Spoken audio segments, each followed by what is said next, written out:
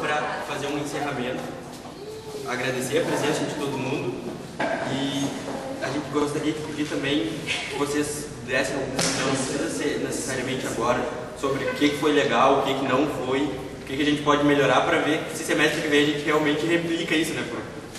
E a gente tem uma surpresinha que embaixo da toalha do local de cada um tem um cartãozinho para vocês levarem para casa com uma mensagem e atrás de alguns deles tem, vocês vão ter que levantar a toalha branca, embaixo da branca. E atrás de alguns deles tem um brinde.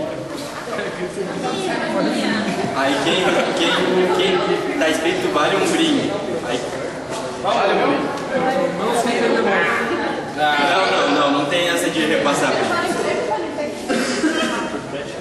Qual o brinde? A ordem. Qual o brinde? Onde é que tá o brinde? Onde é que tá o brinde? Quem é que levou o abacaxi? Quer dizer... Pegadinha do malandro. Atenção, por favor. Senhor Estrado na... É marmelada. É marmelada. É marmelada. Pronunciamento, doutor. Eu só gostaria de ceder o meu brinde. Inclusive esse fui eu que dei. De qualquer forma, eu sou convidado como marido da Sabrina. Eu gostaria de ceder ao coordenador, Fernando.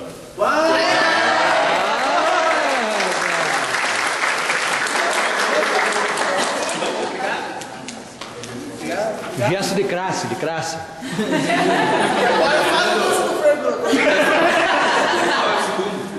O segundo? O vinho. Vai, entregou. Tá, então o segundo foi pra quem? Recebeu, foi o segundo. Mas como que foi o segundo receber pra quem? Não, pela ordem de quem levantou o bilhete.